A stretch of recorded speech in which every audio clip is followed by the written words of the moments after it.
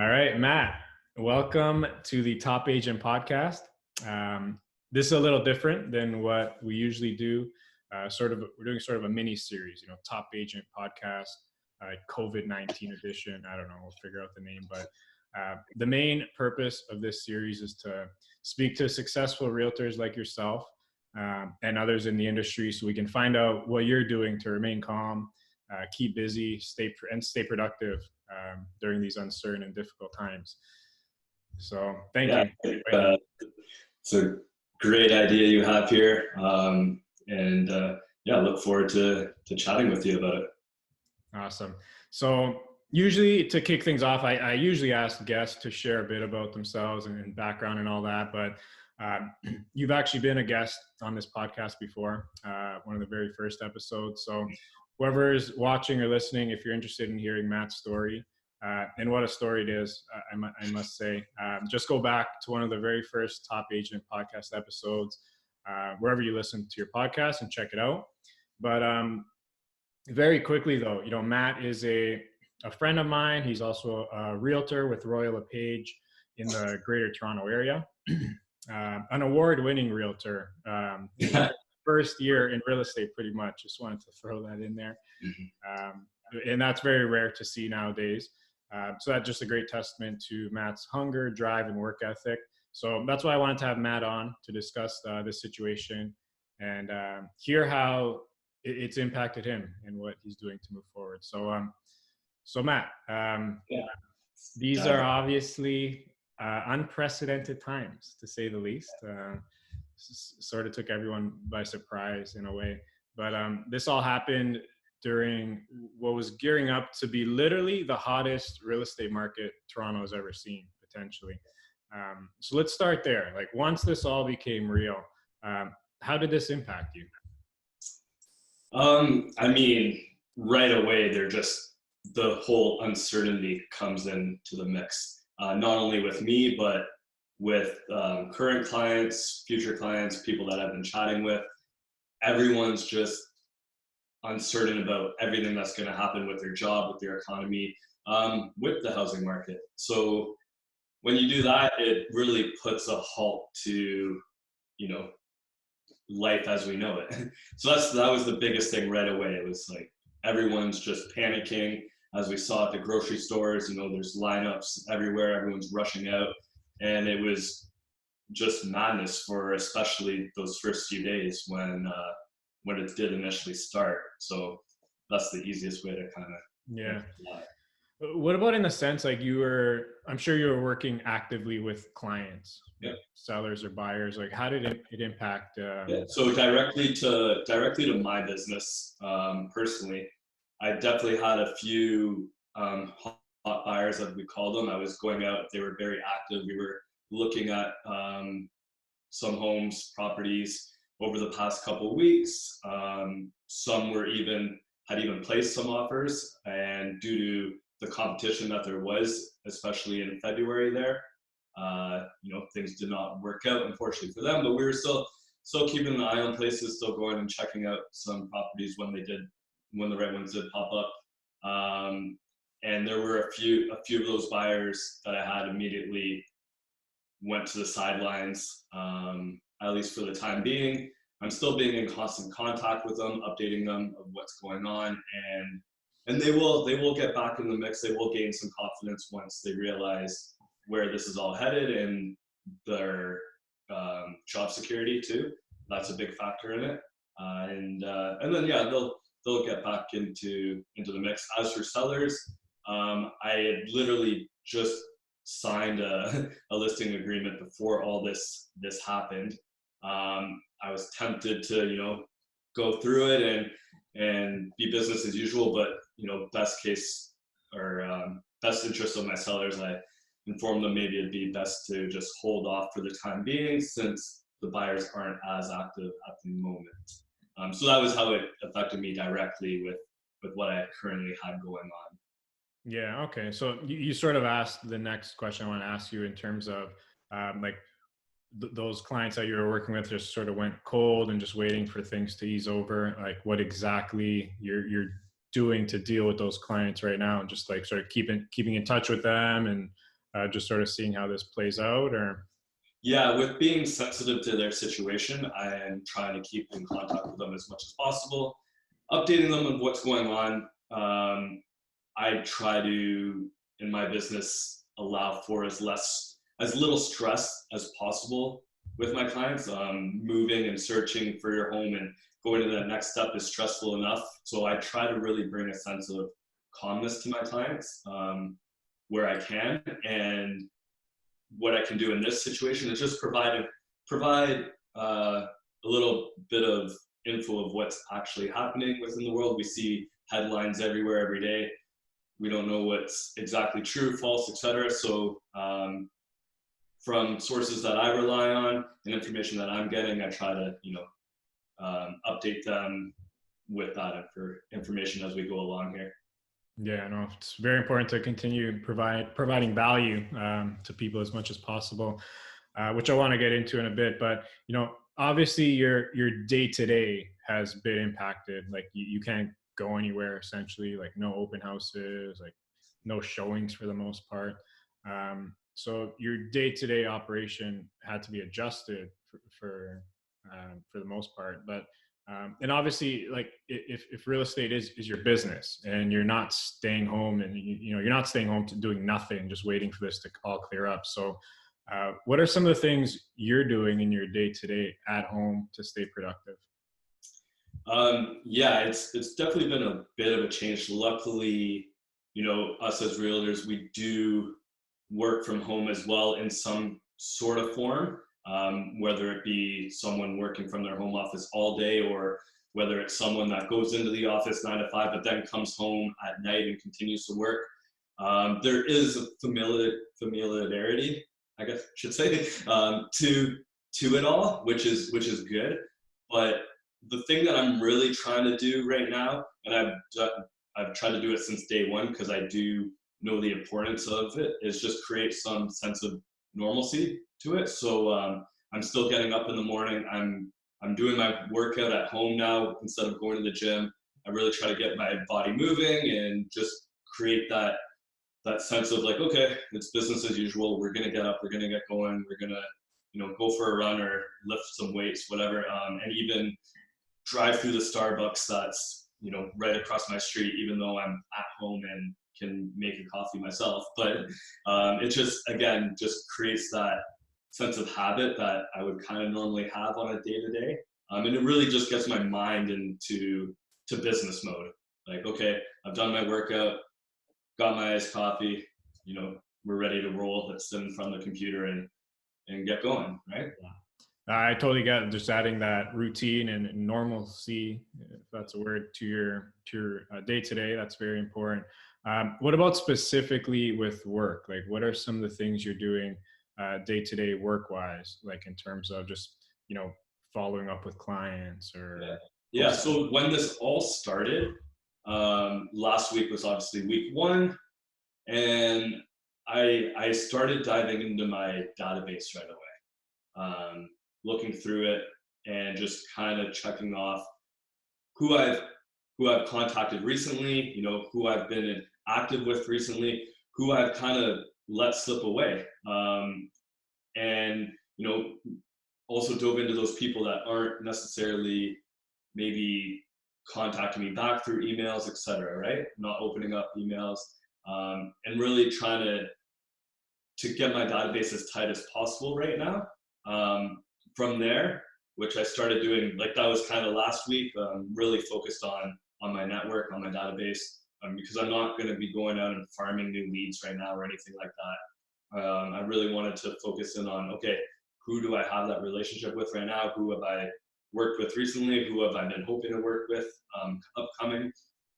And really tightening that up. And then going into this week, I've been starting to contact those people now. I've been in contact and everyone's been getting the kind of normal basic messages that, you send out, that everyone's been doing, hope you're doing well. If I'm here, if you need anything, I'm here, would love to help, et cetera, et cetera. But now I'm really trying to dive into the more personal conversations, the more one-on-one conversations, seeing how everyone's holding up over this past week, now that we're kind of into it. and just kind of keeping those relationships and building them throughout this time. Yeah, for sure. One thing I want to say too, I was going to mention is, as realtors, it's really easy to really focus on the people you're working with now.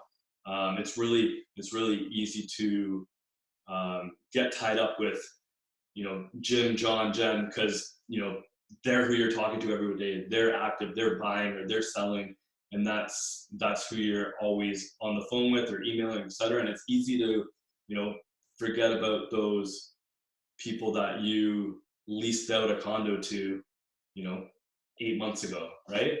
Or those people that just bought a home a year ago, right? And they're not going to be maybe not active right now because they just bought a home last year from you. But now's the time where you really get to go, okay, I haven't talked to Billy in 3-4 months. Like I gotta reach out to them, see how they're doing, etc.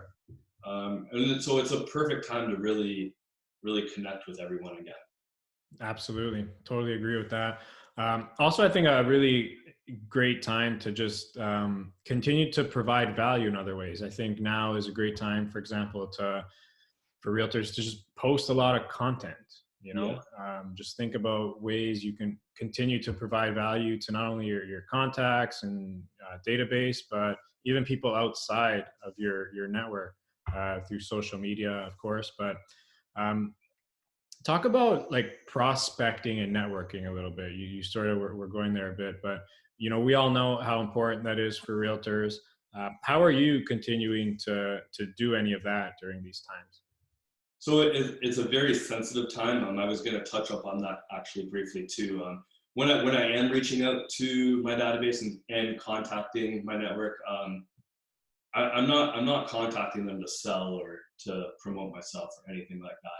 I'm here to talk to them and see how they're doing, and provide that value if they have any questions with what I think is going to go on, and whether it's in the real estate market or not, and whether it's just they just want to chat about my personal opinion on the economy or life or where this thing's all going. That's what I'm doing when I'm contacting them. As for prospecting anything new, like I said, you got to be really sensitive with it. You don't know who is losing their job right now. You don't know who has a grandma that's gotten sick from this or a parent. It's tough. Like the last thing you want to do when you're going through all this is get a phone call trying and have someone try to put their business on you, right? Yeah. So it's a very sensitive time, and I think it's important to be aware of that.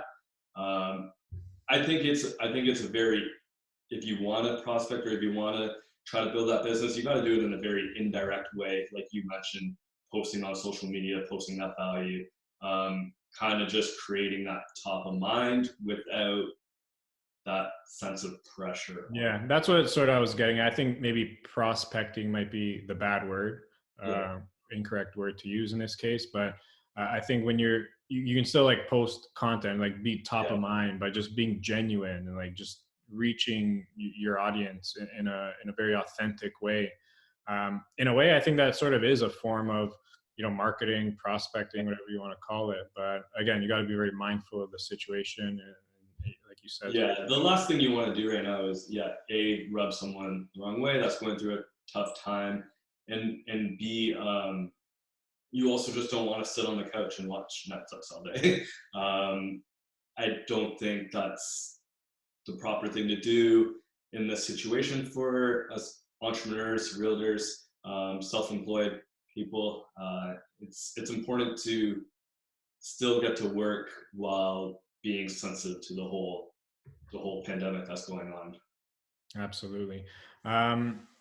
Last question I wanted to ask you, like, just, what's your message to other realtors out there who might be panicking or nervous and just putting their, entire business on pause, waiting for this all to blow over? Like, what's your message to those folks? So it's really, this really comes from the way my personality is. It's very chill, low key, and I think that's important to have that sense of calmness during this time. I don't think it's going to get you anywhere to start panicking or think that the world's going to come to an end. We can just do this. We can just go about this day by day, and I think it's important to stay calm during this, and try to act as though, even though we are in different times right now, try to keep it as familiar and as routine as you can, and that will really help the sense of calmness through it all. And we'll be on the outside of this before we know it. But if we start panicking and really let the walls start caving in, it's tough to wake up in the morning. It's tough to get going, and it's tough to really put yourself in front of the computer and on the phone and doing the things you should be doing. It's very easy to get away from that when you let that panic take over. So yeah, there's things that you can do to kind of relieve that stress and anxiety, and I think it's important to do that, but then also remember, okay, still work to be done. Love it. Love it. Last question I have. So, this is obviously changing hour by hour, day by day.